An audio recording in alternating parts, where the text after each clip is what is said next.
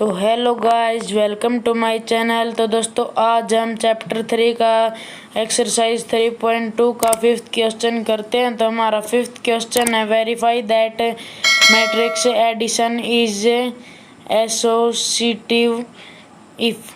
तो हमें ये वेरीफाई करना है A plus B plus C is equal to A plus C B B plus C.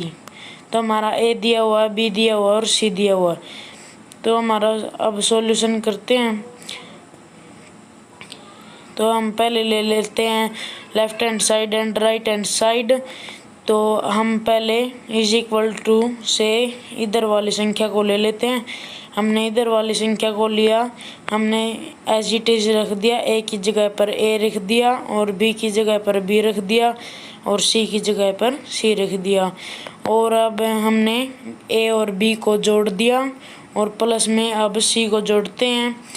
तो हम सी को जोड़ते हैं तो हमारा हो गया 13, 8 ये -4 4 हो गया, 3 7 3 4 और 0 9 7 ये 15। तो हमारी ये लेफ्ट हैंड साइड तो निकल चुकी है। अब हम निकालते हैं राइट हैंड साइड। तो हमारी राइट हैंड साइड है A plus into B plus सी, ये हमारी है राइट हैंड साइड।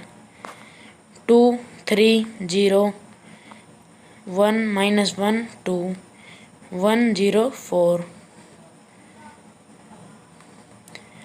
अब प्लस, अब बड़ी ब्रैकेट फिर छोटी ब्रैकेट, बी लिखते हैं हम 9 3 2 7 5 1 -1 4 6।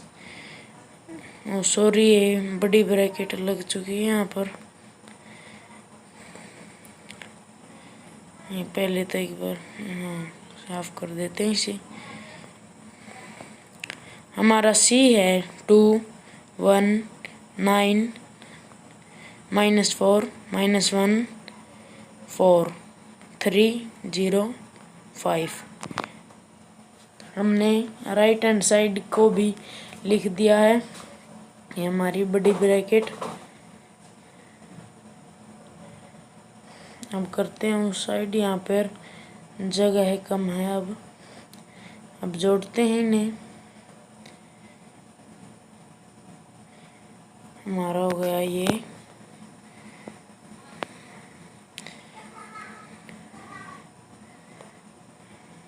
2 3 0 1 -1 2 1 0 4 और प्लस। अब हम जोड़ते हैं इन्हें। 9 + 2 11 और अब 7 ये प्लस माइनस माइनस तो 3 और ये 11 3 और यहाँ पर आ गया हमारा ये 4 5 2 4 11। तो अब हम इन्हें भी जोड़ देते हैं। 13 7 11 11 4 3 7 3 4 15। तो हमने इनको ऐड किया तो हमारा ये हो चुका है left hand side and right hand side. अब हम लिख लेते हैं 13 7 9 4 3 7 3 4 15। अब हमारी है राइट हैंड साइड 13 ये 7 11 4 3 7 3 4 15।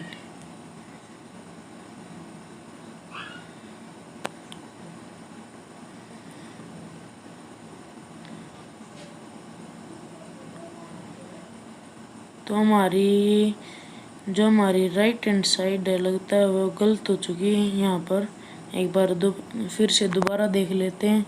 हमने यहाँ पर इसको जोड़ा था और जोड़ते समय हमें हमारी गलती मिल चुकी है। यहाँ पर 2 आएगा 11, यहाँ पर हो जाएगा 11। तो प्रूव दैट। तो हमने इसे वेरीफाई करना था हमें, तो हमने कर दिया वेरीफाई, ये बराबर है। तो आई होप कि ये क्वेश्चन आपको अच्छी तरह से समझ में आ गया होगा। तो बढ़ते हैं हमारे अगले क्वेश्चन की तरफ। हमारा अगला क्वेश्चन है 6th question. If A is equal to, ये हमारा होता है डायगोनल दिया हुआ है, बी डायगोनल हमारे हैं और सी डायगोनल है। तो हमें ये ज्ञात करने हैं। तो सॉल्यूशन अब हम करते हैं इन्हें। a + 2b पहले हम लिख लेते हैं ताकि आसानी से हो जाए हमारा क्वेश्चन। बहुत इजी क्वेश्चन है ये। 2 हम पहले a को लिख लेते हैं। 2 - 5 9 प्लस 2 से मल्टीप्लाई करते हैं b को, -3 7 14। और अब हम अब लिखते हैं। पहले तो a को सेम एज इट इज लिखेंगे। 2 - 5 9 प्लस, अब b की 2 के साथ मल्टीप्लाई करते हैं, -6 14 28। तो अब इन्हें ऐड करते हैं।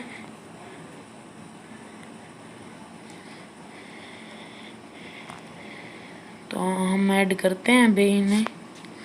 तो हमारा हो गया 2 माइनस, पहले लिख लेते हैं ताकि हम बीच में हमें प्रॉब्लम ना हो। तो अब हमारा आता है 9 + 28। तो अब हम इन्हें करते हैं -4। यदि छोटे में से बड़ा घटाएंगे तो माइनस का हो जाएगा, और 9 और 37, हैंस द रिजल्ट। तो आई होप कि ये फर्स्ट पार्ट आपको अच्छी प्रकार से समझ में आ गया होगा। तो करते हैं हमारा सेकंड पार्ट। तो हमारा सेकंड पार्ट है जो 2a + b - 5c। तो हम पहले फर्स्ट पार्ट की तरह हम कर लेते हैं। हम लिख लेते हैं 2 × a प्लस में, और अब है हमारा b। अब -5 मल्टीप्लाई में हमारा जो c है 4 - 6 और 3, हमारा ये है जो। अब हम इनकी मल्टीप्लाई कर लेते हैं। 4 - 10 और 18। तो हमारा आ गया, ये आपको दिख नहीं रहा होगा अच्छी प्रकार से, हमारा आ गया अब 18 प्लस, और b को हम सेम एज इट इज लिख लेते हैं पहले तो 7 14। अब इसके साथ भी मल्टीप्लाई 20 - 30 और 15। तो अब इन्हें करते हैं हम।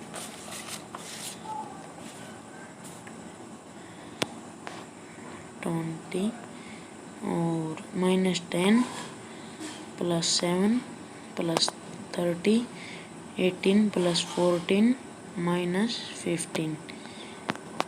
तो हमारा हो जाएगा अब -19 27 17, हैंस द रिजल्ट। तो आई होप कि ये क्वेश्चन आपको अच्छी प्रकार से समझ में आ गया होगा। तो बढ़ते हैं हमारे 7th क्वेश्चन की तरफ। हमारा 7th क्वेश्चन है solve the following matrix equation. तो हमें इनके सॉल्व करना है, इन मैट्रिक्सों को, और x y z और t का मान ज्ञात करना है। ठीक है, तो पहले तो हम इन्हें लिख लेते हैं ताकि हमें बीच में कोई प्रॉब्लम ना हो। 2x z y t। दोस्तों ये t है, यदि आप प्लस का चिन्ह है समझ जाएं तो इज इक्वल टू 3 3 4 5 6, ये हमारा फर्स्ट पार्ट है। तो अब मल्टीप्लाई करते हैं 2x 2z 2y 2t 2t plus, अब इसके साथ 3 0 -3 6 इज इक्वल टू 9 12 15 18।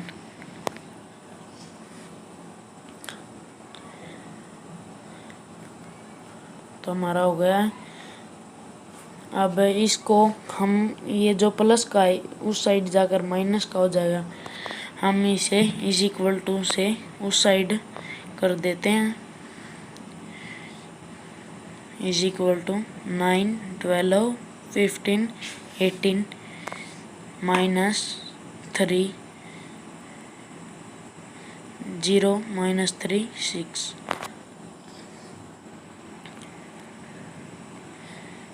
हमारा हो गया 2x 2z 2y 2t is equal to, minus कर देते हैं 6 12 18 12। तो ये हो गया हमारा। अब निकालते हैं हम x की value. Equation 2x is equal to 6, x is equal to 6/2, 2 1 2 2 3 6, x is equal to 3। Value of the x। तो हमारी x की वैल्यू निकल चुकी है। अब हम निकालते हैं value of the y। 2y is equal to 18, y is equal to 18/2, 2 1 2 2 9 18, y हमारा आ गया 9। अब निकालते हैं वैल्यू ऑफ द z। तो हमारा है 2z is equal to 12, z is equal to 12/2, 2 1 2 2 6 12, हमारा z आ गया है 6। तो यहाँ पर और जगह नहीं बची है। अब हम यहाँ पर निकाल लेते हैं वैल्यू ऑफ दी t। तो यहाँ पर है 2t is equal to 12, 2t is equal to 12, t is equal to 12/2, हमारा t आ गया 6। तो आई होप कि ये तीनों क्वेश्चन आपको अच्छी प्रकार से समझ में आ गए होंगे। और यदि और चैनल को अभी तक सब्सक्राइब नहीं किया तो सब्सक्राइब करें।